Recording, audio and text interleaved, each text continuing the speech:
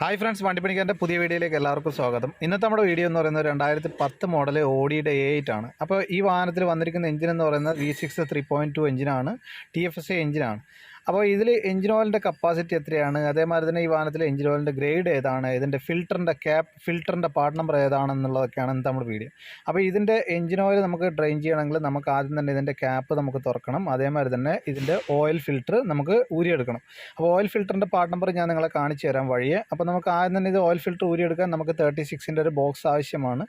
അതേമാതിരി തന്നെ ഇതിൻ്റെ ഓയിൽ ഫിൽറ്ററിന് 2 ഓറിംഗ് ആണ് വരുന്നത്. അപ്പോൾ ഈ 2 ഓറിംഗ് നമ്മൾ കൃത്യമായിട്ട് മാറിയിട്ടില്ല എന്നുണ്ടെങ്കിൽ നിങ്ങൾക്ക് ഓയിൽ ലീക്കേജ് സംഭവിക്കാം. അതേമാതിരി തന്നെ എപ്പോഴും നമ്മൾ ഈ ഓഡി പോർഷെ ജർമ്മൻ കാറുകളുടെ ഡ്രെയിൻ പ്ലഗ് അഴിക്കുന്ന സമയത്ത് നമുക്കതിൻ്റെ വാഷർ നിർബന്ധമായിട്ട് നമ്മൾ മാറണം. ഒരിക്കൽ നമ്മൾ ഊരിയ സാധനം നമുക്ക് തിരിച്ച് പിടിപ്പിക്കാൻ പാടില്ല.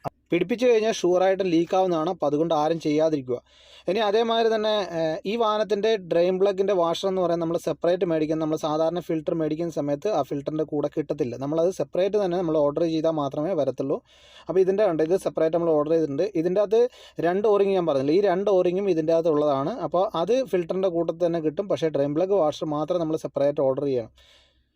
അപ്പോൾ ഇതിൻ്റെ അകത്ത് നമ്മളിപ്പം അതേമാതിരി തന്നെ ഇതിന് H7 ഡ്രെയിൻ നട്ടാണ് നമുക്ക് ടൂൾസ് വേണ്ടത്. അതേമാതിരി 36 ബോക്സും വേണം. ഇത് രണ്ടുമാണ് നമുക്ക് ഇതിൻ്റെ എഞ്ചിൻ ഓയിൽ സർവീസ് ചെയ്യാൻ ആവശ്യമായ ടൂള്. അപ്പോൾ ഇതിൻ്റെ 2 ഓറിങ് നമുക്ക് ഇതേമാതിരി സിമ്പിളായിട്ട് നിങ്ങൾക്ക് മാറാൻ സാധിക്കുന്നതാണ്. ഇപ്പം കണ്ടല്ലോ, ഇതേമാതിരി നിങ്ങൾക്ക് ഊരിയെടുക്കാൻ സാധിക്കുന്നതാണ്.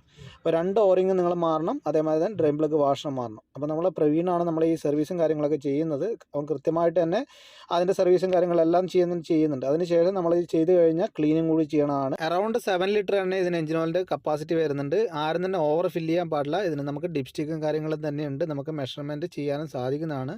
അപ്പോൾ നമ്മളിതിൽ ഒഴിച്ചിരിക്കുന്ന ഓയിൽ എന്ന് പറയുന്നത് 5W30 ആണ്.